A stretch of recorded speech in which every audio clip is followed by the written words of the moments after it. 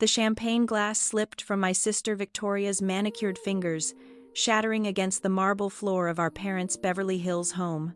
The sound cut through the congratulatory chatter of 37 family members who had gathered to celebrate my nephew Leo's high school graduation. But the celebration had quickly transformed into something else entirely. A systematic dismantling of my academic credentials in front of everyone who mattered to our family.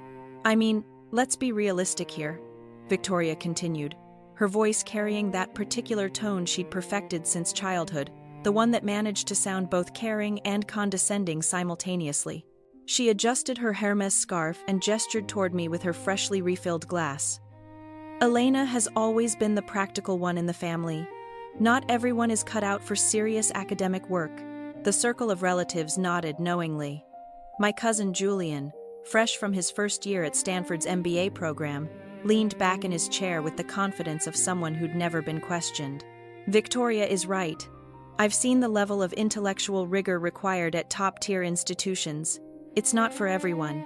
He paused, letting his words settle. No offense, Elena, but community college teaching is nothing to be ashamed of. Someone has to educate the masses. I maintained my smile, the same patient expression I'd worn through countless family gatherings where my life choices became the evening's entertainment. I appreciate your honesty, I said simply, taking a small sip of sparkling water. My Aunt Catherine, never one to miss an opportunity to pile on, jumped in with the enthusiasm of someone delivering breaking news. I was just telling my book club about this whole situation.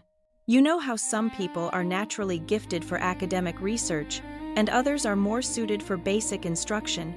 She waved her hand dismissively. It's not a judgment, it's just reality. Advanced research requires a certain type of mind. Leo, the graduation honoree, had been accepted to MIT for engineering. He'd been the golden child of our extended family for years, and today was his moment to shine. But somehow, as often happened at family gatherings, the conversation had pivoted to analyzing my career trajectory or what they perceived as my lack thereof. I remember when Elena was younger. My mother chimed in from across the room, her voice carrying easily over the murmur of conversations. She always struggled with complex concepts. Even in high school, her teachers would send notes home about how she needed extra help with advanced mathematics and science. She shook her head sadly. We probably should have guided her towards something more attainable from the beginning. Victoria seized the moment. Exactly, and there's absolutely nothing wrong with that. Community college professors serve an important purpose. They help students who aren't quite ready for university-level work. She looked directly at me with what I'm sure she thought was a supportive expression. You're providing a valuable service to students who are more like you were. The gathered family members murmured their agreement. My Uncle Richard, a successful corporate lawyer, nodded thoughtfully. The academic world has different tiers for a reason. You have your research institutions like Harvard, MIT, Stanford, places that push the boundaries of human knowledge. Then you have teaching institutions that focus on transmitting existing knowledge to less advanced students. He gestured toward me. Both are necessary, but they require very different skill sets. I nodded politely. That's a fair assessment. Julian leaned forward, warming to the topic. I've actually been reading about this in my organizational psychology courses. There are natural intellectual hierarchies, and fighting against them just leads to frustration and failure. He spoke with the confidence of someone who'd never questioned his place in that hierarchy. The key is finding where you naturally fit and excelling there. Exactly, Catherine added.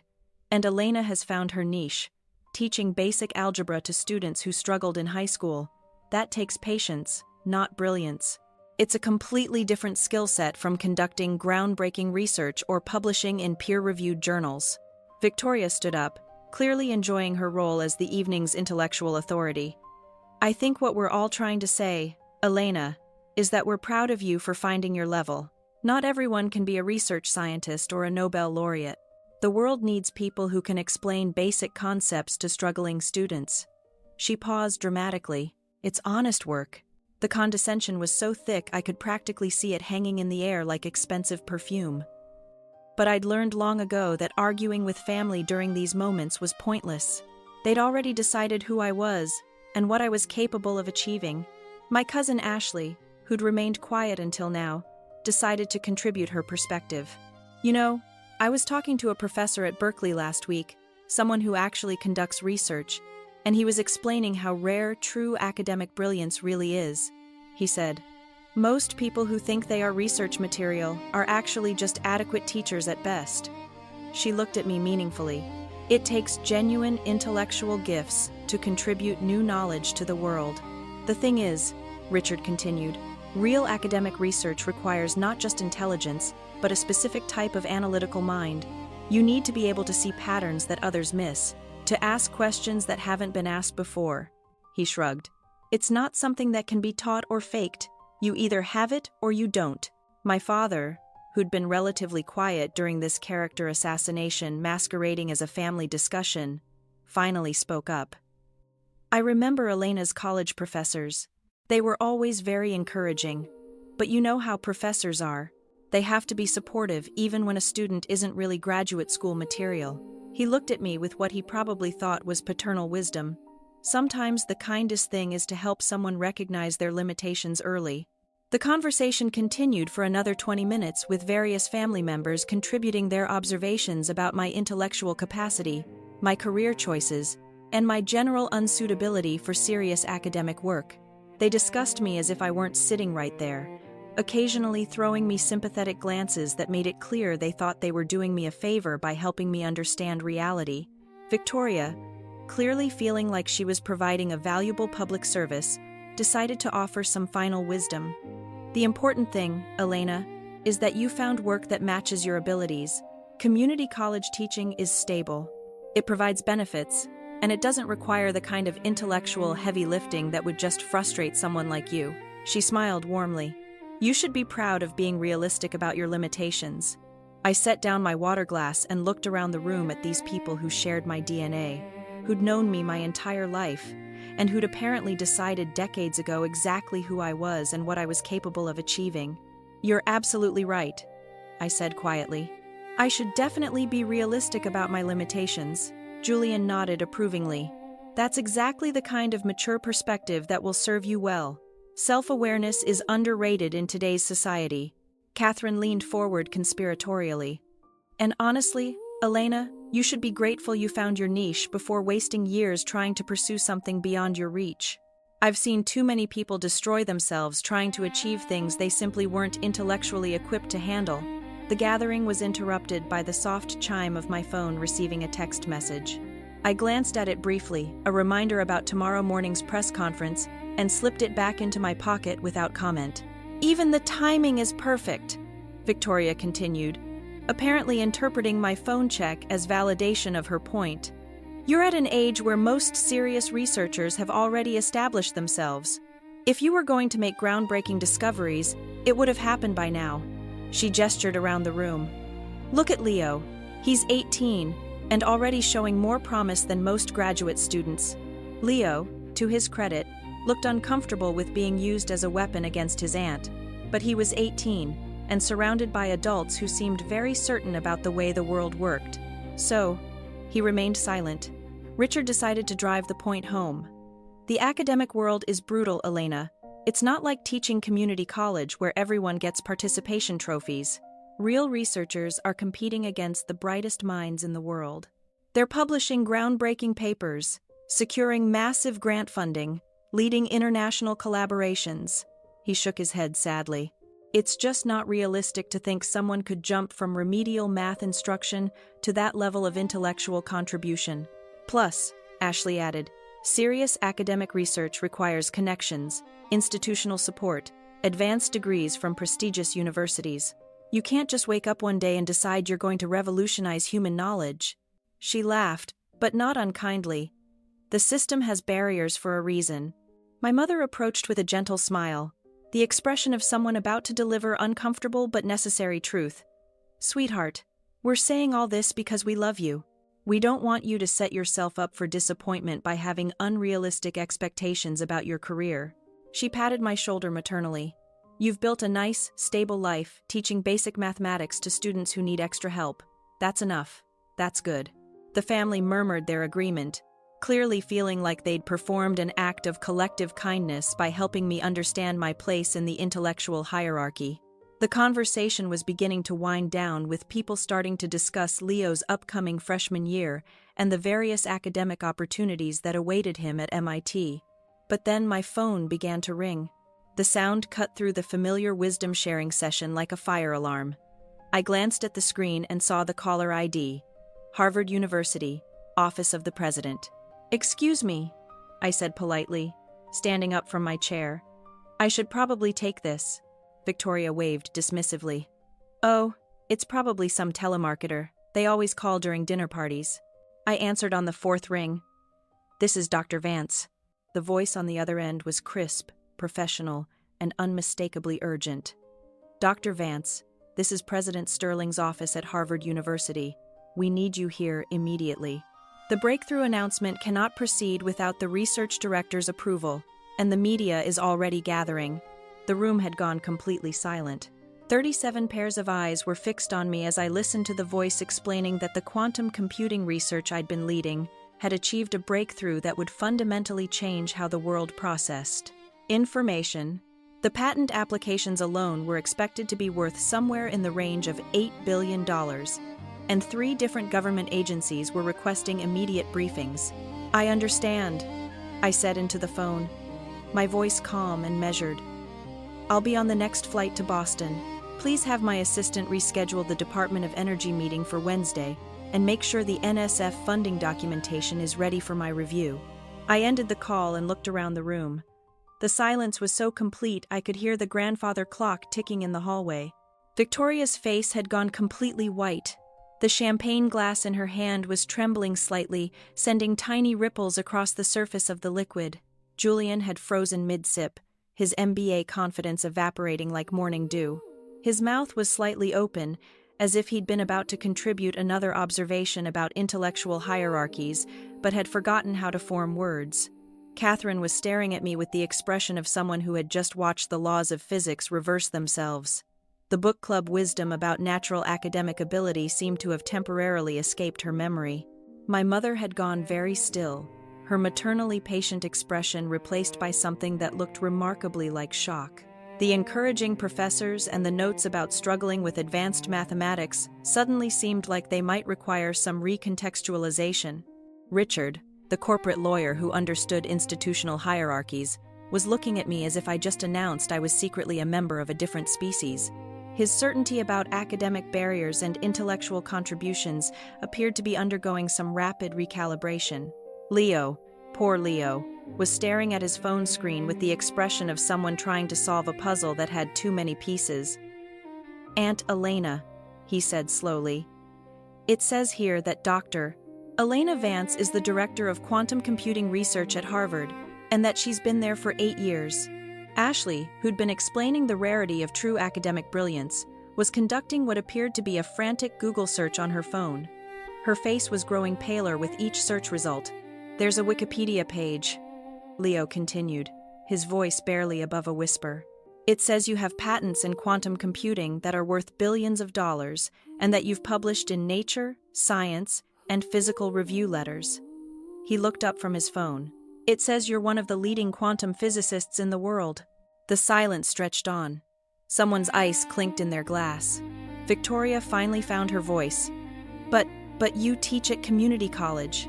The statement came out as a question, as if she was hoping I might confirm that reality was still functioning according to her understanding. I smiled politely. "I volunteer there 1 evening a week, teaching basic mathematics to adult learners who are working toward their GEDs." I paused. "They're remarkable students, actually. Much more motivated than many of the Harvard undergraduates." Julian's phone had apparently joined the Google search party. "Holy times T," he whispered, then immediately looked around the room in embarrassment. "I mean, Dr. Vance, it says here that you revolutionized quantum error correction and that major tech companies are bidding for licenses to your patents." Catherine was scrolling through what appeared to be news articles. "There's a Forbes piece about the 30 most influential scientists under 40, she said weakly. "You're number 7. My father, who remembered my college professors being merely encouraging, was staring at his own phone screen. "Elena," he said slowly. It says here that you gave a TED Talk that has 18 million views about quantum computing applications in medicine. I nodded. That was a few years ago. The technology has advanced considerably since then. Richard, the expert on intellectual hierarchies, was reading what appeared to be a Harvard University press release.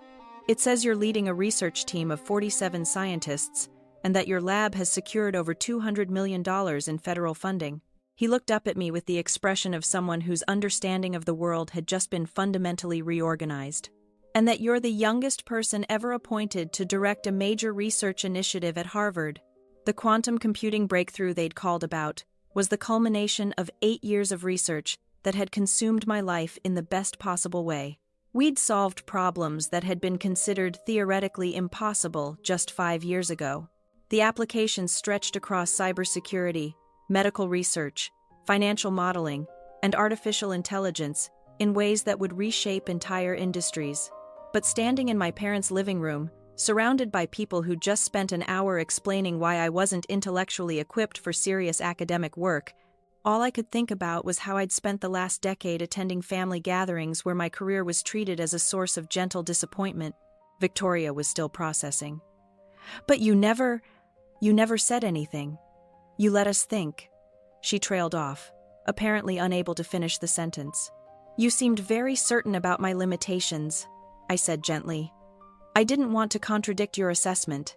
Ashley, who'd explained the rarity of true academic brilliance, was reading what appeared to be my academic biography. Dr. Vance completed her PhD at Stanford at age 24, published her first breakthrough paper at 26, and was recruited by Harvard at 29. She looked up from her phone.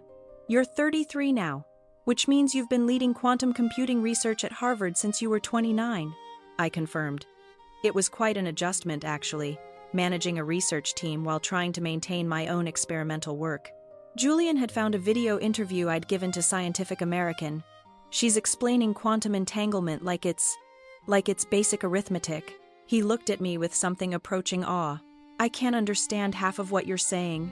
The room had transformed from a venue for dispensing wisdom about intellectual limitations to something resembling a fact-checking operation. Every phone was active. Every family member was discovering layers of my professional life that had somehow escaped their attention for the better part of a decade. Leo found my publication record. Aunt Elena, you've published 63 papers in peer-reviewed journals. And your H-index is... He paused, apparently learning what an H-index was in real time. It says here that an H-index above 40 is considered outstanding for a full career. Yours is 72. Catherine was reading what appeared to be a Nobel Prize speculation article from the previous year. It says here that you're considered a leading candidate for the Physics Prize, and that your quantum error correction work has opened up entirely new fields of research.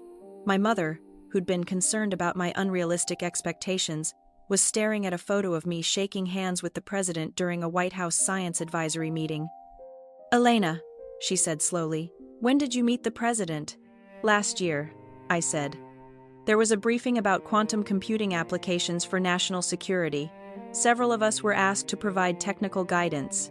Richard was reading what appeared to be a patent database. The intellectual property portfolio associated with your research is valued at $8.7 billion.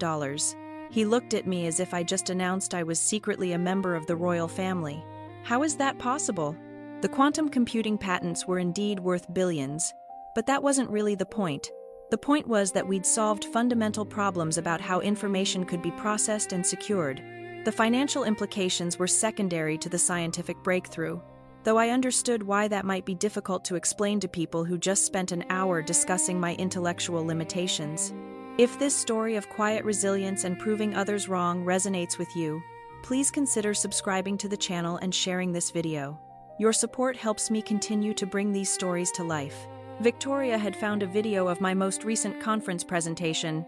You're speaking to an audience of hundreds of scientists and they're listening to you like you're... He paused, apparently struggling with the concept. Like she's one of the leading experts in her field. Leo finished. Which, according to everything I'm reading, she is. The transformation in the room was remarkable to witness. 37 people who'd been absolutely certain about my intellectual capacity 15 minutes earlier were now confronting evidence that their certainty might have been somewhat misplaced. Ashley found an article about my research team's latest breakthrough. It says here that your quantum computer achieved a level of error correction that was previously thought to be impossible, and that this breakthrough makes large-scale quantum computing commercially viable for the first time. I glanced at my watch. I should probably start heading to the airport. The press conference is scheduled for tomorrow morning, and there are several government agencies that need briefings before then. The announcement seemed to break whatever spell had fallen over the room. People began moving again, though with a somewhat shell-shocked quality. Catherine approached first, her book club confidence replaced by something resembling humility. "Elena, I have to ask, why didn't you ever correct us? When we would talk about your career?" "When we would..." She trailed off, apparently unable to finish. I considered the question carefully. "You all seemed very confident in your assessments. I thought perhaps you knew something about me that I didn't." Julian, who'd been explaining intellectual hierarchies with such authority, was scrolling through articles about quantum computing applications. "Dr. Vance, Aunt Elena, I'm reading about how your research is going to revolutionize cybersecurity, medical imaging, financial modeling." He looked up at me. How did we not know any of this? It was a fair question. I'd been living a double life of sorts. Internationally recognized quantum physicist by day, family disappointment by evening. The compartmentalization had become so natural that I'd stopped thinking about it as unusual. Victoria was still holding her phone, staring at a photo of me receiving an award from the National Science Foundation. "But you're so normal when you come to family gatherings. You never act like..." She gestured helplessly. "Like someone who's revolutionized quantum computing," Leo suggested. He'd apparently become the family's designated Google researcher. Richard was reading what appeared to be a news article about federal science funding. "It says here that your research has strategic national importance, and that you work closely with the Department of Defense, the NSF, and NASA." He looked at me with something approaching reverence. Are you going to be in trouble for missing meetings to come to Leo's graduation party?" I smiled. The breakthrough happened faster than we expected. These kinds of scientific developments don't follow convenient schedules. I paused. "But family is important too. I'm glad I could be here for Leo's celebration before flying back to Boston." The room had completely reorganized itself around this new information. People who'd been dispensing wisdom about my limitations were now asking respectful questions about quantum physics. The intellectual hierarchy that had seemed so clear and established 15 minutes earlier had been completely inverted. My father approached with the careful expression of someone navigating unfamiliar territory. "Elena, I have to admit, this is unexpected. When you were younger, your teachers always said," he trailed off, "that I needed extra help with advanced mathematics." I finished. I did. I was working on concepts that weren't typically taught in high school. My teachers were trying to be supportive, but they didn't have the background to recognize what I was actually struggling with. Ashley had found a video interview where I discussed the inspiration for my research. "You're talking about how quantum mechanics could revolutionize medicine, about quantum sensors that could detect diseases at the cellular level." She looked at me with genuine curiosity. "How long have you been thinking about this stuff?" "Since I was about Leo's age," I said. "I started reading about quantum mechanics in high school. But it wasn't until graduate school that I realized I could contribute something meaningful to the field." Julian was reading about the practical applications of quantum computing. "It says here that your research could make current cybersecurity obsolete overnight, and that every major tech company is trying to license your patents." He paused. Are you rich?" It was such a direct question that several people in the room winced. But it was also a reasonable thing to wonder about, given that my intellectual property was apparently worth billions of dollars. "The university and I share the patent rights," I said diplomatically. "But yes, the licensing agreements have been quite favorable." Catherine was reading what appeared to be a university press release about my research funding. "It says here that you're the principal investigator on grants totaling over $200 million. She looked at me with something approaching awe. That's more money than most people see in their entire lives." The federal funding was necessary for the research, but it also came with enormous responsibility. $200 million meant that 47 brilliant scientists were depending on my ability to ask the right questions and design the right experiments. It meant that multiple government agencies were counting on our research to advance national security and economic competitiveness. But explaining all of that to people who just discovered I wasn't actually a community college math teacher seemed like it might be overwhelming. Leo had found a documentary that featured my research. There's a whole section about how quantum computing could revolutionize artificial intelligence in medical research. He looked around the room. Aunt Elena is basically helping to build the future. The transformation was complete. The family gathering had evolved from a celebration of Leo's high school graduation to an impromptu seminar on quantum physics and the nature of intellectual achievement. People who'd been experts on my limitations were now asking me to explain concepts that had taken me years to master. Victoria approached with the careful expression of someone who realized they might need to apologize but wasn't quite sure how. "Elena, I have to ask. When we would talk about your career, when we would suggest that community college teaching was more your speed, what were you thinking?" I considered the question. What had I been thinking during all those family gatherings where my professional life was dissected and found wanting? Mostly, I'd been thinking about quantum error correction algorithms and the fundamental nature of information processing. The family conversations had felt like background noise compared to the problems I was trying to solve in my lab. "I was usually thinking about work," I said. "Honestly, quantum mechanics is pretty consuming once you get deep into it." Julian was reading an article about the commercial applications of my research. "It says here that your quantum computing breakthrough could be worth hundreds of billions of dollars to the global economy." He looked at me with something approaching disbelief. "You've basically invented the future." The future felt more modest from my perspective. We'd solved some important problems about how quantum systems could maintain coherence long enough to perform useful calculations. It was significant work, but it was also the result of thousands of scientists building on each other's discoveries over decades. Still, standing in my parents' living room, surrounded by people who were discovering that their understanding of the world might have been somewhat incomplete, I had to admit there was a certain satisfaction in the moment. My phone buzzed with another message from Harvard. The media interest in our breakthrough was apparently more intense than expected, and they needed me to coordinate with the university's public relations department before the press conference. "I really do need to get to the airport," I said, gathering my purse. "But thank you for including me in Leo's celebration. It was educational." As I walked toward the door, I could hear the family continuing to process this new information. Phones were still buzzing with Google searches and Wikipedia articles. Conversations were starting up about quantum physics and patent law and the nature of genius. Victoria caught up with me at the front door. "Elena," she said quietly, "I owe you an apology. We all do. The way we talked about your career, your intelligence, we were completely wrong." I smiled at my sister. This person who'd known me her entire life but had somehow missed the fact that I was leading a quantum computing revolution. "You weren't wrong about everything," I said gently. "I am too simple for academia, in a way. The best scientific insights usually come from asking very simple questions about very complex problems." She stared at me for a moment, then laughed. "Even your apology acceptance is more sophisticated than anything I said all evening." As I drove toward LAX, I thought about the family gathering I just left. 37 people had spent the evening discovering that their understanding of reality might have been somewhat incomplete.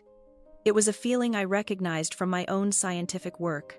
That moment when you realize that everything you thought you knew was just the beginning of a much larger and more interesting story. The quantum computing breakthrough that had prompted Harvard's urgent call would indeed change how the world processed information. But standing in my parents' living room, watching my family's understanding of intellectual achievement reorganize itself in real time, I realized that some of the most interesting transformations happen not in laboratories, but in the spaces between what we think we know and what turns out to be true. My phone rang as I pulled into the airport parking garage. This time it was the Nobel Committee. They wanted to discuss my research in advance of their annual deliberations. I answered on the second ring. "This is Dr. Vance."